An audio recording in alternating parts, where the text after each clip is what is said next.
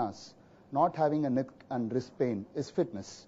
So based on what your profession is, if you're able to carry out your profession and your life without any trouble, that's fitness. So when we come to the gym, it's not only for, like building muscle or losing weight or getting into shape.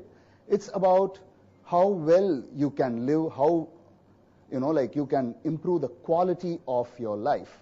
So this is what, like all the fitness centers, gyms, and, like the fitness gurus were advocating until a decade ago. Now the buzzword is wellness. People are going a step beyond fitness these days. I like to call my profession as a preventive healthcare profession rather than just fitness. If you are able to take care of your health by your activity and the food you eat, then your requirement to step into the doctor's office is going to be very less.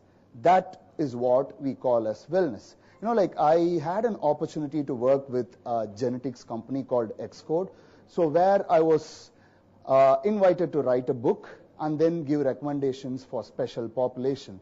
Okay, when I say special population, it could be a person suffering from diabetes, or it could be a person suffering from coronary heart disease, or whatever type of, like the lifestyle diseases we have today. So they were covering it all up. So this company was taking saliva samples and then finding out the pattern of health risk that a person can get.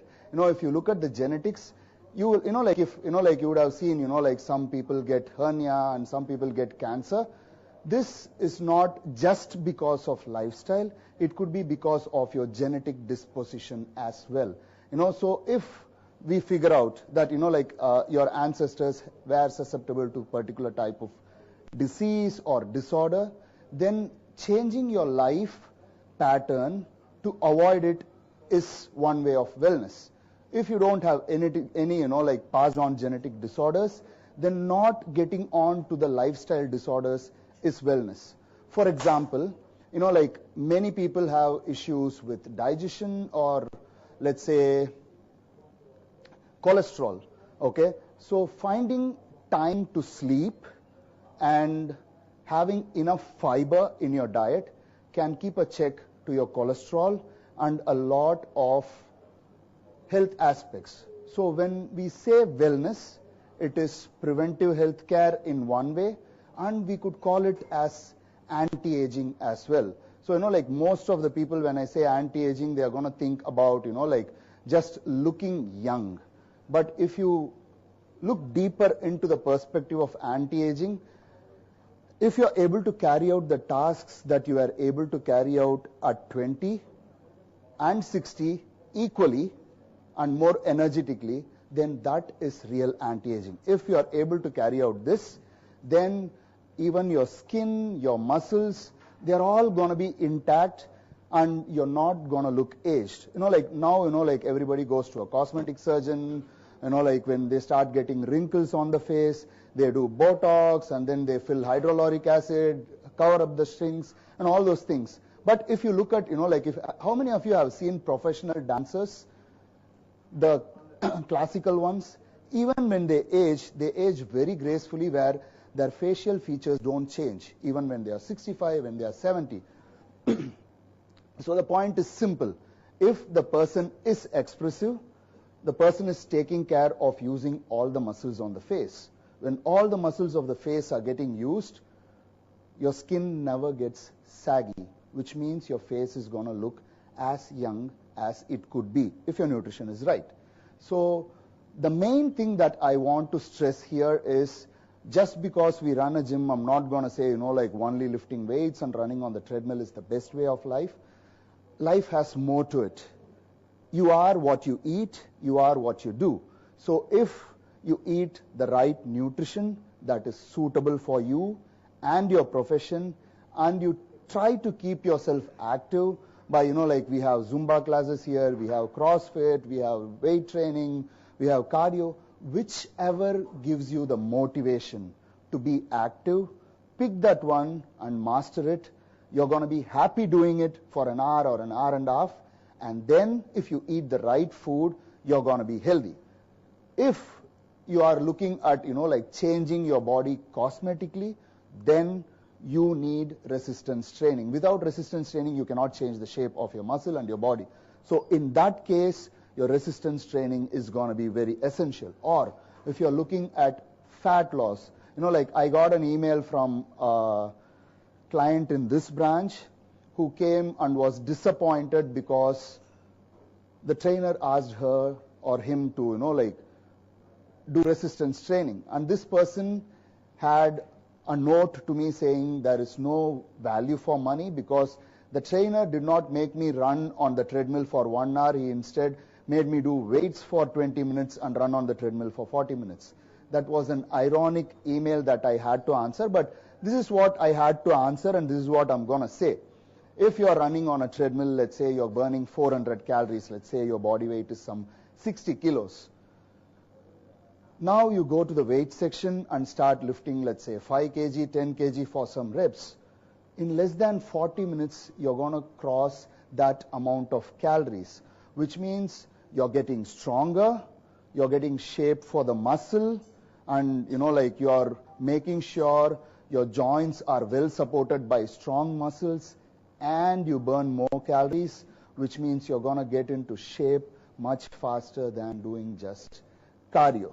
So with that, like I'm just trying to end the basic talk, and I'm going to open the floor for questions. Whatever questions you have related to fitness, wellness, weight training, cardio, you can shoot it up. I'll try to answer it to the best of my knowledge.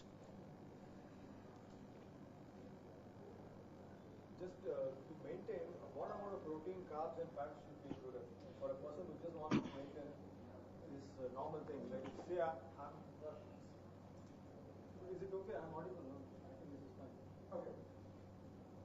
Say I've achieved my goal of fat loss and everything. Now I just want to maintain my muscle mass. So what amount of protein in my diet should be there? What percentage? What amount of fat and carbohydrates? So that I should not again put on fat and like that. See, like you will find a lot of theory saying that you need X amount of protein, Y amount of carbs, Z amount of fats. These are the base from which we have to, like tweak our diet. Let's say, like whatever your goal is, the bare minimum that you need in terms of protein is going to be 2 grams per kilogram. That's 0.8 per pound. That would be the base. Okay, if you're trying to maintain, irrespective of whether you're training or not training, that would be the base. Let's say you're someone who likes to train hard, then I wouldn't, like I would recommend you 1 to 1.1 gram of protein per pound. That would be the base if you're someone who trains for 1 hour. And when it comes to carbohydrate, I would try to fuel your workout and your active hours alone with carbohydrates. Let's say, like when you're talking about carbohydrates, its function is many. Like one, we see that it is a form of energy that we can utilize. And inside the body, it has many more functions. When you're eating carbohydrates, this is the one that triggers a hormone called as insulin, which is a storage hormone. You can consider your insulin as a bus, which loads up the nutrition and goes to every doorstep of your muscle cells or whatever cells you have and sees what that cell requires and drops it off there and goes. So when you're eating carbohydrates to fuel your energy, only that much, then you can never put on fat. But what happens is people try to eat a little excess carbohydrates. Have you seen, like when you eat sweets, it's not the fat in the sweet that makes you fat, but the excess of sugar that triggers a lot of insulin. And when there is insulin and you have a lot of nutrition sticking to it and your muscles don't require that much, the bus goes through the route once, comes back and finds every cell is full, drops it off at the adipose tissue or the visceral tissue and bloats up your fat. See, fat is a reserve storage. Whenever you get excess, you store it in fat. When you don't get excess, you utilize it. So when it is your carbohydrate, I want it strictly around your active hours, irrespective of your goal. Especially when you're trying to maintain, let's say your body weights are somewhere around 60. Okay. So I would give you somewhere around 35 to 50 grams of carbohydrate pre and post-workout. Because post-workout, you need a little bit of insulin spike to, like rush in the protein into your muscle. So pre and post-workout would be somewhere around 35 to 50 twice. And if you are a person who has a very active work life, then I would give it in your active hours. Let's say you are someone who works out in the afternoon and goes to work in the morning, then breakfast will also have another 35 to 50 grams of carbohydrates. Or I would give it at your, if you're someone who works out in the morning, then I would give you some 35 to 50 grams in your lunch so that you can balance the energy for the day. When it comes to fat, I wouldn't be trying to add a lot of fat into your diet because most of the food we consume has some amount of hidden fat in it. But when it comes to fat, like not all fats are equal. We have the essential fatty acids which cannot be prepared by our body, which needs to come from the outside.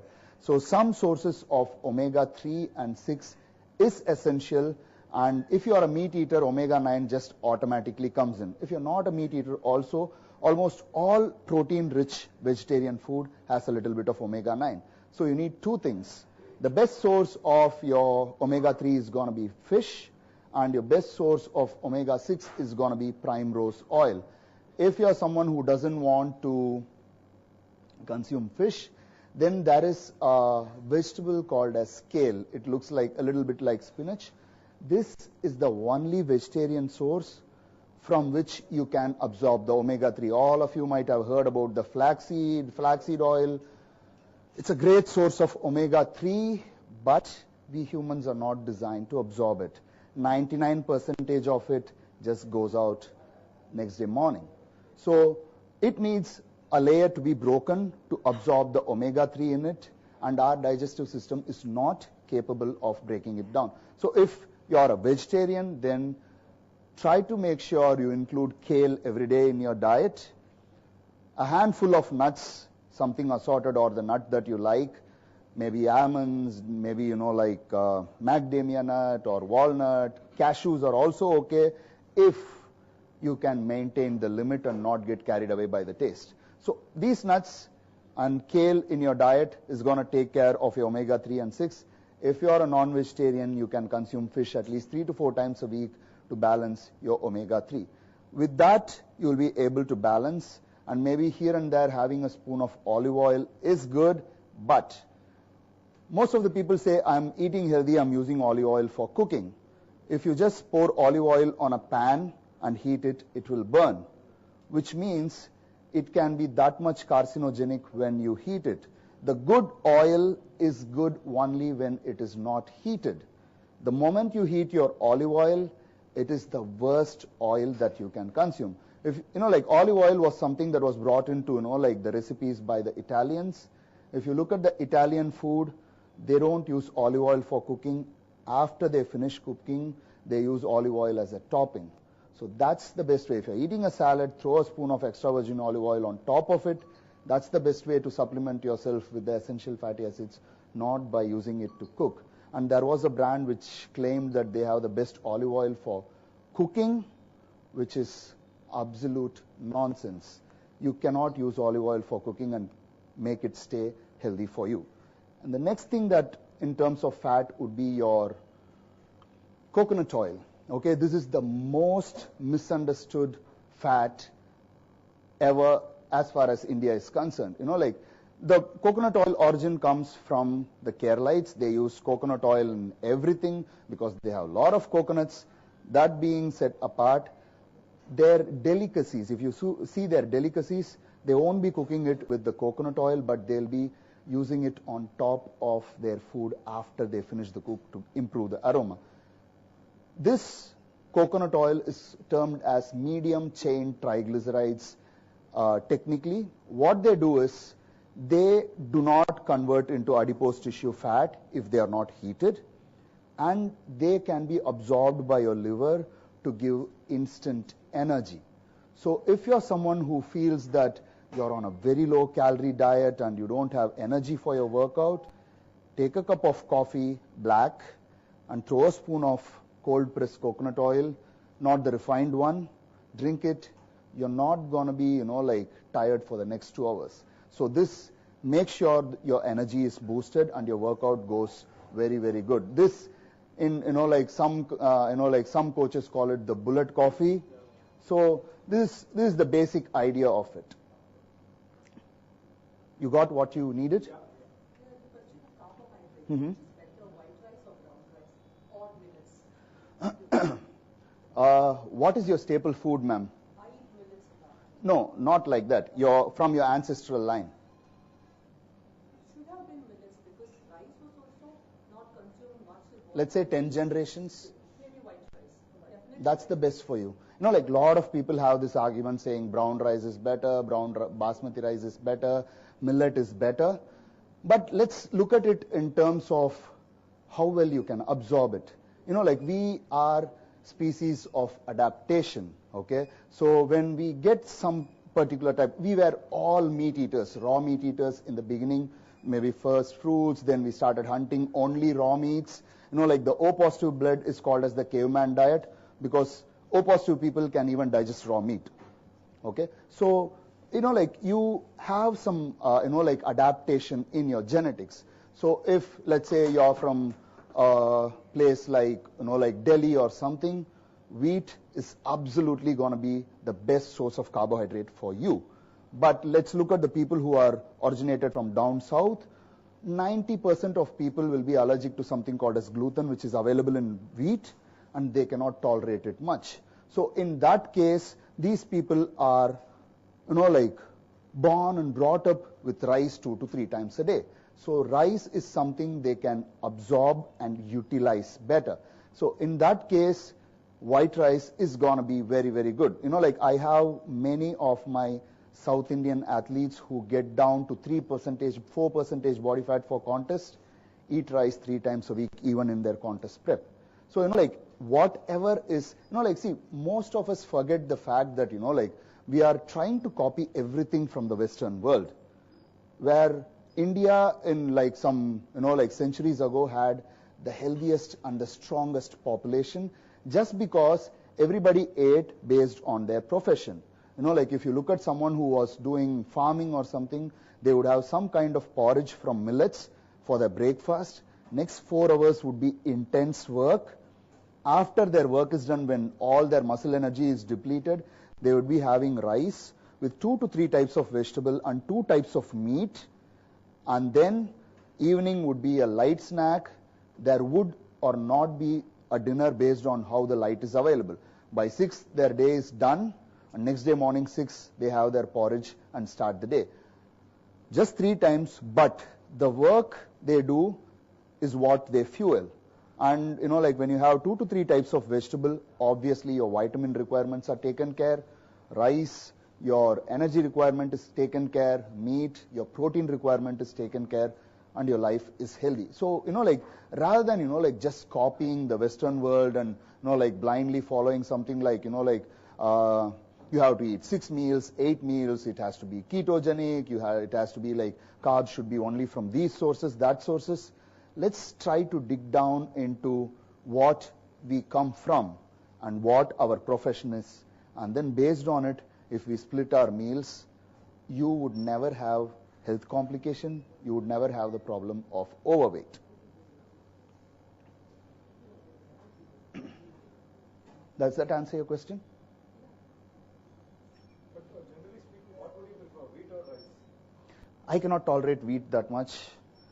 I'm someone, like my mom used to feed me rice 3 times in a day. So I come from that background. Morning would be something like idli or dosa.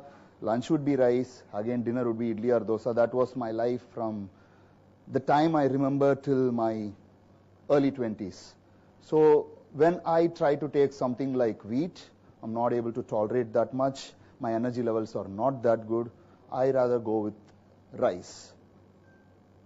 That's why, like, Is there anything based on the climatic condition, North India or South India, which food suits here this place or maybe? If you're from a cold place, basically you would need more fat.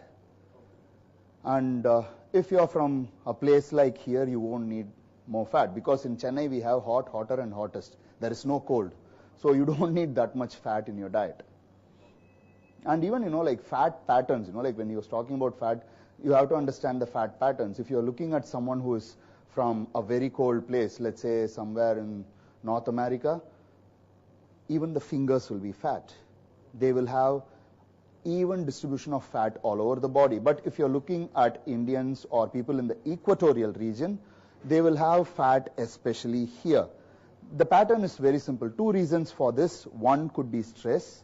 The second thing could be your body needs to maintain equal temperature from top to bottom. So to maintain the thermostatus, it puts on fat right in the middle of the body so that the upper and lower body temperature could be maintained. That is one reason, and it starts looking ugly because we don't have bone in the midsection and it starts hanging. And when it comes to women, when it comes to the number of fat cells in your body, up to 3.5 years only you increase the number of fat cells. After that you don't increase the number of fat cells, but you grow your fat cells bigger and bigger by your lifestyle habits. So, yeah, the patterns are determined, one, genetical.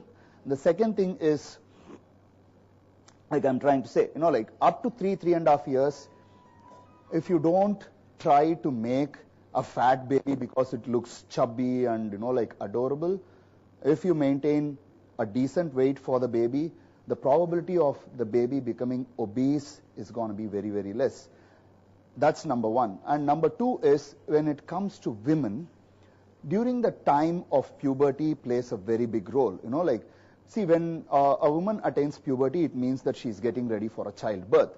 And when you have a childbirth, the hip bone has to stretch and the baby has to come out. So for that process, the body during every cycle tries to make sure that your hip bone can move without tearing any muscle or damaging the bone. For that, it has to deposit a lot of essential fats around the hip bone. What happens, in the olden days when a girl attained puberty, she was put on a diet. These days, people try to keep ceremonies, and during ceremonies, loads and loads of sweets are loaded, and they make sure that the girl feeds on all the sweets. What happens is, now your diet is not having enough omega-3 and 6 in it, so your body tries to search for it. Then it goes on a disaster recovery mode. Okay, I don't get this. Let me try to deposit fat all over the hip, not just the hip bone, all over the hip, and try to save my hip bone in terms of delivery. So that is why you see in a lot of women, the fat pattern is around the lower body, and the disproportionate fat deposition happens too much for women based on this, based on what you ate during your puberty. So coming back to fat, what about ghee? It's saturated fat. They say it's very good for muscle building. Would you like to throw some light on that? See, I'm not someone who believes in ghee, okay? See, there are different schools of thoughts where, they say ghee is good, ghee is bad. If you're someone who has a fast metabolism,